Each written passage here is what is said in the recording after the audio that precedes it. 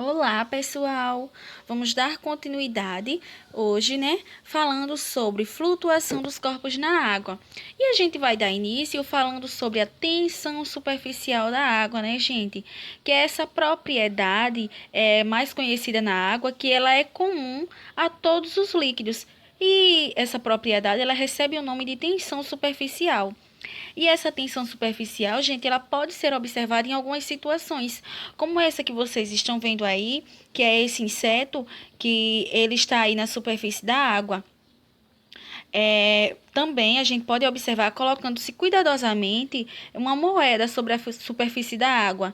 Então a gente vai perceber que ela também vai permanecer sobre a película sem afundar. Então, isso é devido à tensão superficial. Também pode ser observado nas gotas de água que se formam numa folha. E também em muitas folhas que caem, né, gente, das árvores, elas também ficam na superfície da água e não afundam. Então, isso é devido à tensão superficial. E agora a gente vai falar um pouco sobre os métodos utilizados para a separação de misturas. Então, gente, é muito difícil encontrar na natureza as substâncias em seu estado puro. Mas quando elas estão misturadas, elas não perdem suas características químicas. Sendo assim, é possível obter determinada substância usando um método específico de separação. Então, a partir de agora, a gente vai falar de alguns métodos utilizados para separar misturas heterogêneas, que a gente já tinha falado para vocês, não era? Na aula passada, sobre misturas homogêneas e misturas heterogêneas. As misturas heterogêneas são aquelas em que a mistura ela vai formar mais de duas fases, ou seja, mais de uma fase, não é isso? Então, ela vai formar duas ou mais. E a primeira que a gente vai falar, o primeiro método de separação de misturas que a gente vai falar é a peneiração. A peneiração, gente, que ela é conhecida como também como tamização, ela consiste em peneirar as substâncias para separar os componentes sólidos. A mais grossa fica retida na peneira, à medida que a mais fina ela passa pelos furinhos do utensílio. Então, em laboratórios ou indústrias, são utilizadas tamizes, um conjunto de peneiras com diferentes malhas para separar diversos tamanhos das granulações. Então, a peneira, gente, ela é utilizada para separar substâncias sólidas de outras substâncias sólidas. E eu vou dar aqui algum exemplo para vocês, que é no caso da areia pelos pedreiros, com o intuito de separar a areia grossa da areia fina. Então, a areia fina ela é usada nos acabamentos de uma construção. O próximo que a gente vai falar é a catação. A catação, gente, que é um método de separação de misturas heterogêneas sólidas, e esse processo que separa as substâncias sólidas de outras substâncias também sólidas. E ele é feito de forma manual. Para tanto, gente, utiliza-se apenas a mão ou recorremos também ao auxílio de alguns instrumentos, geralmente uma colher ou uma pinça. Aqui, o que vocês estão vendo é uma pessoa, né, fazendo aqui a catação do feijão antes do cozimento. E o próximo que a gente vai falar aqui é a ventilação. A ventilação, gente, que é um método usado, por exemplo, para separar a palha do grão de arroz. E é aplicada uma corrente de ar. E a palha, que é mais leve, ela voa. Aqui. Então, está aqui o método de ventilação aqui. E o próximo que a gente vai falar é a levigação. A levigação, pessoal, é um método de separação de misturas heterogêneas de sólidos. Quando uma mistura se forma por substâncias sólidas de densidades diferentes, pode-se utilizar uma corrente de água para separá-las. É o caso aí do ouro, como vocês estão vendo na imagem. Que nos garimpos normalmente é encontrado junto a uma porção de terra ou areia. Então, todos esses métodos aqui foi o que eu falei para vocês e que são utilizados. O próximo aqui, separação de misturas heterogêneas, o próximo que eu vou falar aqui é a separação magnética. na separação magnética, gente, ela é um método que utiliza a força de atração do ímã para separar materiais metálicos ou ferrometálicos dos demais. Então, uma mistura de limalha, que é um pozinho de ferro, com outra substância, por exemplo, o pó de enxofre, então pode ser separada com o emprego de um ímã, aproximando-se um ímã da mistura. Então, a limalha de ferro, ela prende-se a ele, separando do enxofre. E a próxima que a gente vai falar aqui, né? É a flotação. A flotação, gente, ela é um tipo de processo físico de separação de misturas heterogêneas. E essa técnica, ela consiste em adicionar bolhas de ar ao meio para que as partículas em suspensão do líquido, eles aglutinem-se a essas bolhas. Então, a espuma formada pode, então, ser removida, arrastando, né, consigo as partículas e impurezas. Então, esse é o método que a gente vai chamar de flotação. E o último que eu vou falar aqui para vocês, lembrando que a flotação, gente, é essa que vocês estão vendo aqui nesse becker. E a próxima que eu vou falar para vocês aqui é a dissolução fracionada, que é um método empregado, gente, para separar uma mistura heterogênea de 2 ou mais sólidos. Então, sendo que apenas um deles é solúvel em um determinado solvente. Então, é por isso, para usar tal procedimento, é necessário que se tenha conhecimento dos componentes da mistura e suas respectivas solubilidades, para então usar o solvente adequado. Então, a dissolução fracionada, ela pode ser utilizada para separar uma mistura entre areia e sal de cozinha, por exemplo. Ao adicionar a água, apenas o sal será solubilizado pela água e a areia formará uma fase sólida, que pode ser separada da fase líquida. Então, água mais sal de cozinha, usando também aí um filtro simples. E a próxima aqui, que a gente vai falar, que é a separação de misturas heterogêneas de sólidos e líquidos, ou de líquidos e líquidos. Então, o primeiro aqui, que eu vou falar para vocês, é a filtração simples. E a filtração simples, gente, nesse processo, quando ocorre a mistura despejada sobre um filtro, o sólido não dissolvido, ele fica retido e a fase líquida ela passa livremente. Então, esse filtro, ele contém uma superfície porosa que retém a parte sólida e deixa passar a parte líquida. Então, existem vários tipos de filtros, de algodão, de papel, de porcelana, etc. Então, os filtros de papel, eles são muito usados também, como vocês estão vendo aí, no preparo do café. Então, a água pode ser, para ser considerada potável, tem que passar pelas valas dos filtros, que retém também aí os micro-organismos causadores de doenças. Olha que legal. E vamos falar agora, eu não coloquei nenhuma imagem, mas eu vou falar para vocês aqui que também existe a filtração a vácuo, gente, que é quando uma filtração ela é muito demorada, então pode-se realizar a filtração a vácuo, que é também chamada de filtração por pressão reduzida, que acelera esse processo. Então, em laboratório, esse tipo de filtração ele é realizado usando um funil de Bucher, que é feito de porcelana, que tem um fundo perfurado. Tá certo? E o próximo que a gente vai falar aqui é a sedimentação. Gente, vale ressaltar que a sedimentação e a decantação são bem parecidos, porém há uma diferença. Então, a sedimentação é o processo no qual há a separação de fases pela ação da gravidade, quando a concentração das partículas na mistura é superior a 40%. A precipitação do material por sedimentação, gente, é rápida.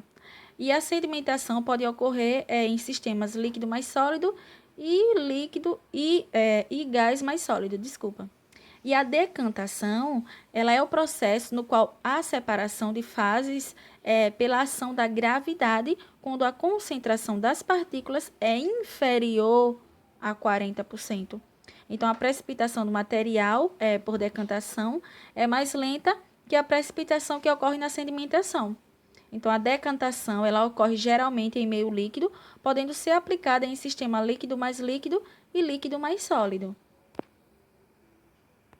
A centrífuga, gente, essa aqui, ela é utilizada para separar sólidos em suspensão no líquido. E ela consiste no movimento de rotação. Então, agora a gente vai falar um pouquinho sobre separação de misturas heterogêneas de sólido e gás. E o primeiro que a gente vai falar aqui é a filtração. Então, gente, a filtração, ela também presta-se muito bem à separação entre gases e sólidos, onde a mistura ela passa através de um filtro no qual o sólido ele fica retido. Então, esse processo é muito utilizado nas indústrias, principalmente para evitar o lançamento de partículas sólidas na atmosfera. E a filtração, gente, ela é também usada cotidianamente nos aspiradores de pó, como esse que vocês estão vendo aí, onde o sólido ele é retido, que é a poeira, à medida que o ar ele é aspirado. E a próxima aqui, que eu vou falar para vocês, é a câmara de poeira, que é essa aqui. Gente, a câmara de poeira, ela consiste, ou melhor, como é que ela retém aí esses sólidos. Então, a mistura entre gás e sólido pode ser separada por um processo também conhecido por decantação, onde a mistura ela passa através de obstáculos, como esse que vocês estão vendo aí, em forma de zigue-zague, onde as partículas sólidas elas perdem a velocidade e acabam se depositando. Aí, ó, ficando aqui, mais no fundo. Então, esse processo é muito utilizado na indústria, onde é feito em equipamentos denominados de câmara de poeira ou chicanas. E aqui, gente, a decantação, ela é um processo em que uma mistura é deixada em repouso, pois com o tempo o sólido ele sedimenta-se. Então, você pode observar isso em casa, como vocês estão vendo aqui, na sala de aula, e também, depois de espanados os móveis, a poeira ela volta a assentar-se. Então, é por isso que eu digo assim, que no cotidiano vocês podem observar aí essa decantação. E aqui, falando um pouquinho para vocês agora sobre a separação de misturas homogêneas de líquidos, aqui vai ter a destilação simples, como essa que vocês estão vendo aqui, que é o método muito utilizado em laboratório para separar misturas e para a purificação da água. Então, o aparelho utilizado nesse processo é o que a gente vai chamar de destilador simples, desculpa, que é esse aqui. E vamos ter também a destilação fracionada, que é o processo utilizado para separar misturas cujos componentes são líquidos. E esse processo tem como base, gente, os diferentes pontos de ebulição dos componentes da mistura.